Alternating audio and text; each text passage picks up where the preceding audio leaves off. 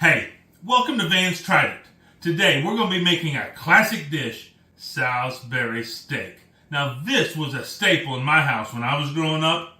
In fact, while we're talking about it, why don't you go down into the comments section and let me know what was a staple in your house when you were growing up? What did your mom or your dad, or if you were the cook in the house when you were growing up, what did you fix that you knew it was just going to be easy to put on the table, everyone was going to be satisfied? What was that dish when you were growing up? And hey, while you're down there, would you please go ahead and like this video and ring the bell and subscribe. So let's go ahead and get started. What I have here is about 2 pounds of, I think it's 90% lean beef in there. And so to that, I'm going to add 1/3 of a cup of French onion soup. And I have here a 1/2 cup of pork rinds crushed up. Now you could use, if you wanted to, some just breadcrumbs. You can make your own, or you can get some at the store, however you want to do that. I have here about 1/2 cup of a mixture of bell pepper and jalapeno pepper. We're going to throw in here. I like to keep this on hand because it is so easy to use. And if you use it a lot, you can just keep it in the refrigerator. Or you can make it up and you can put it in the freezer, like a couple tablespoons in a little baggie, and then just grab it out and you'll have it ready to go when you need that little bit of kick and flavor to your recipe. And then on top of this, I'm going to put 2 eggs, 1 and 2, just like that. Let me rinse some of that egg off my fingers. And now, we're going to get our hands dirty, but since we don't really want to get our hands dirty, we're going to use these handy dandy little gloves. And, let's get a new glove since we dropped that one on the ground.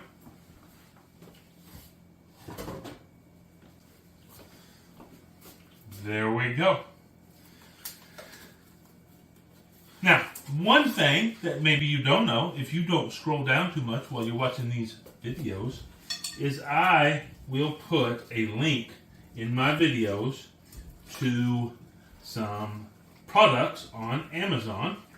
And oftentimes, one of the products I'll put a link to are these gloves, because I really like to use these gloves because I really like to be able to get my hands in there, but I don't want to have to mess with getting raw food underneath my fingernails and having to worry about that. So I like to just use these rubber gloves. They are food grade, and you can get them right through my link. I'll probably put a link to a nice skillet down there and just some other products that I think you'll like. And then here's a neat thing. I am chasing 500 subscribers. And when I get to 500 subscribers, I'm going to do a nice giveaway on this channel. And so if you would like to have a little addition to your kitchen, then go ahead and keep watching my videos and be ready for a giveaway when I hit 500 subscribers. So, got that all mixed up just like that. We don't want to over mix it, kind of like making meatloaf. And then what we're going to do is we're going to grab this skillet right here, and we're going to make about 6 of these. That's going to be my goal anyway. Patties here. Let's see how good I am at getting a 1/6 of it right here. Now, the trick is you got to make it to where they'll all fit in your pan. Just like this.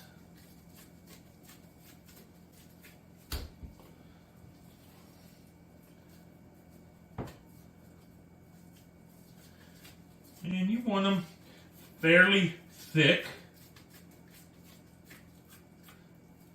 because here's the deal. After we get them in our pan, we can always go back in there and squish them down a little bit if they're too thick. But if we make them too thin and spread them out too much, it's a booger to try and resize them at that point. So, let's see if we can just get 6 of these bad boys in here.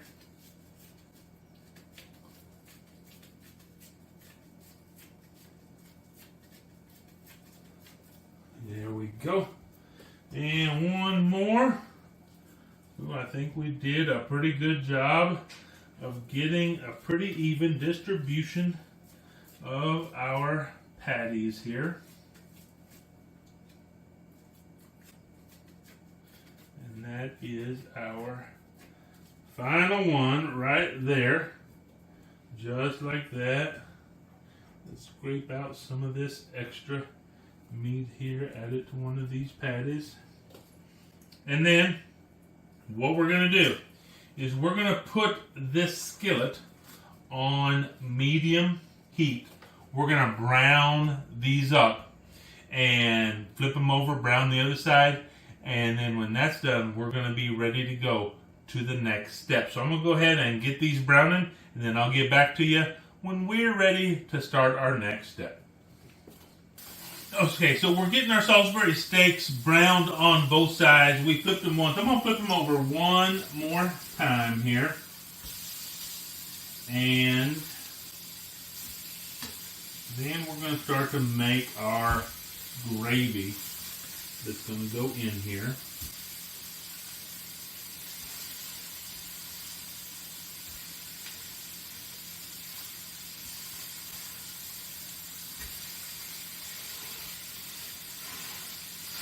These down just a little bit, just like that.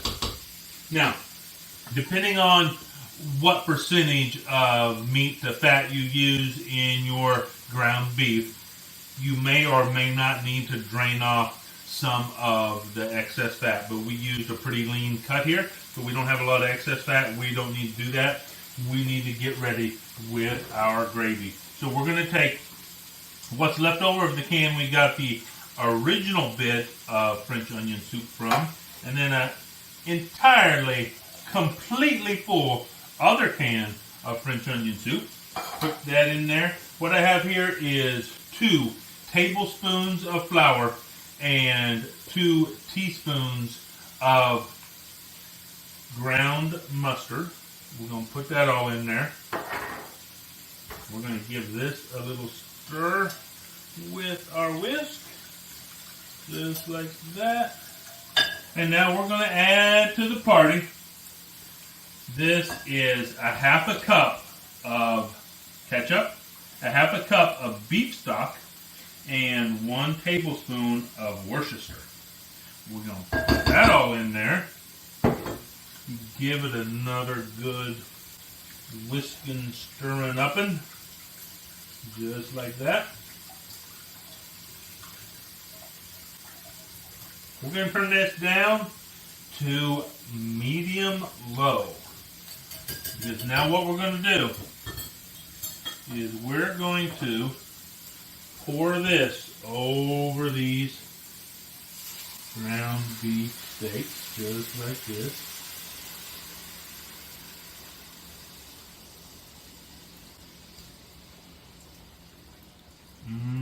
Just smothered in that gravy sauce. Now we're going to just cover this up and we're going to let that simmer on medium low for at least 20 minutes. So I'll get back to you after 20 minutes when this is all simmered together. Those patties are all cooked up and all those flavors have just married together beautifully. We'll get back to you in about 20 minutes. Okay, we're back. This has been cooking now in this gravy for 20 minutes. And I tell you what, it sure passes the smell test. But let's get on in here and get one of these Salisbury steaks out on a plate. Just see what it is like. Get a little of that gravy sauce on there.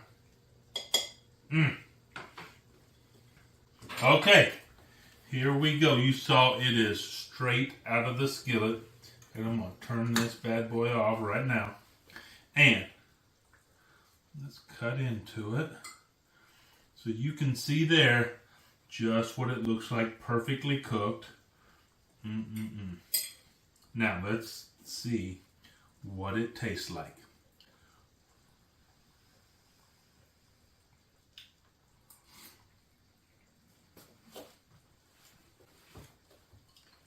Oh, wow. Now I know why my mom made this all the time. Hey, it's an easy recipe to make, and it is so good.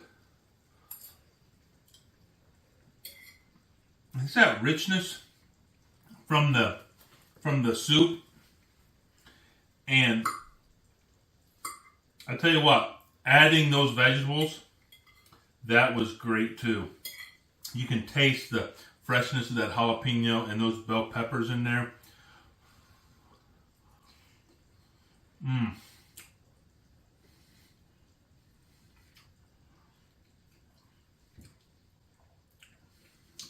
I tell you what, if you're looking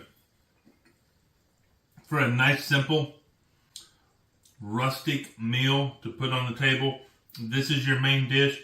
Throw some mashed potatoes, and this is your gravy. Some green beans, some corn, some rolls. Put it all together, and what a meal you would have. Hey, I tried it. You should too.